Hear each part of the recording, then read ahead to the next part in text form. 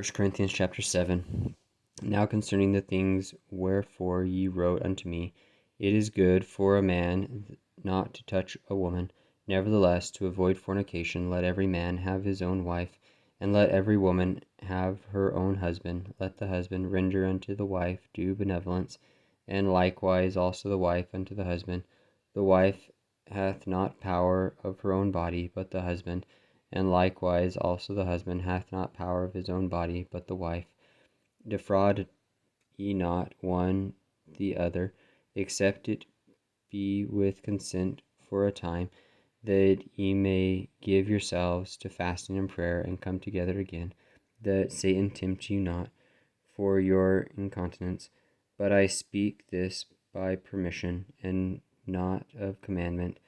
For I would that all men were even as myself, but every man hath his proper gift of God, one after this manner, and another after that. I say therefore to the unmarried and widows, it is good for them if they abide even as I. But if they cannot contain, let them marry, for it is better to marry than to burn. And unto the married I command, yet not I, but the Lord, let not the wife depart from her husband, but if she depart, let her remain unmarried, or be reconciled to her husband. And let not the husband put away his wife. But to the rest speak I, not the Lord. If any brother hath a wife that believeth not, and she be pleased to dwell with him, let him not put her away. And the woman which hath an husband that believeth not, and if he be pleased to dwell with her, let her not leave him. For the unbelieving husband is sanctified by the wife, and the unbelieving wife is sanctified by the husband. Else were your children unclean, but not now they are holy. And if the unbelieving depart, let him depart. A brother or a sister is not under bondage in such cases, but God hath called us to peace. For what knowest thou, O wife, whether thou shalt save thy husband? Or how knowest thou, O man, whether thou shalt save thy wife? But as God hath distributed to every man, as the Lord hath called every one, so let him walk. And so ordain I in all churches. Is there any man called, being circumcised? Let him not become uncircumcised. Is any called in uncircumcision? Let him not be circumcised. Circumcision is nothing, and uncircumcision is nothing, but the keeping of the commandments of God. Let every man abide in the same calling wherein he was called. Art thou called, being a servant? Care not for it, but if thou mayest be made free, use it rather. For he that is called in the Lord, being a servant, is the Lord's freeman. Likewise also he that is called, being free, is Christ's servant. Ye are bought with a price. Be not ye the servants of men.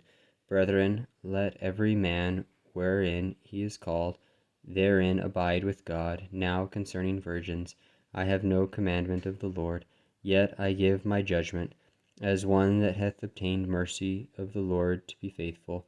I suppose, therefore, that this is good for the present distress. I say that it is good for a man so to be. Art thou bound unto a wife? Seek not to be loosed. Art thou loosed from a wife? Seek not a wife. And if thou marry, thou hast not sinned. And if a virgin marry, she hath not sinned. Nevertheless, such shall have trouble in the flesh, but I spare you. But this I say, brethren, the time is short.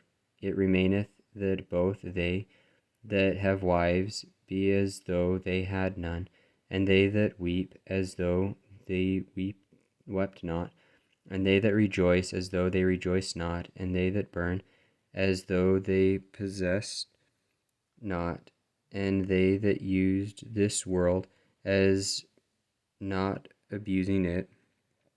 for the fashion of this world passeth away. But I would have you without carefulness. He that is unmarried careth for things that belong to the Lord, how he may please the Lord. But he that is married careth for the things which are of the world, how he may please his wife. There is difference also between a wife and a virgin. The unmarried woman careth for the things of the Lord, that she may be holy both in body and in spirit. But she that is married careth for the things of the world, how she may please her husband. And this I speak for your own profit, not that I may cast a snare upon you, but for that which is comely, and that ye may attend unto the Lord without distraction. But if any man think that he behaveth himself uncomely towards his virgin, if she pass the flower of her age, and need so require, let him do what he will, he sinneth not, let them marry. Nevertheless, he that standeth steadfast in his heart, having no necessity, but hath power over his own will, and hath so decreed in his heart that he will keep his virgin, doeth well.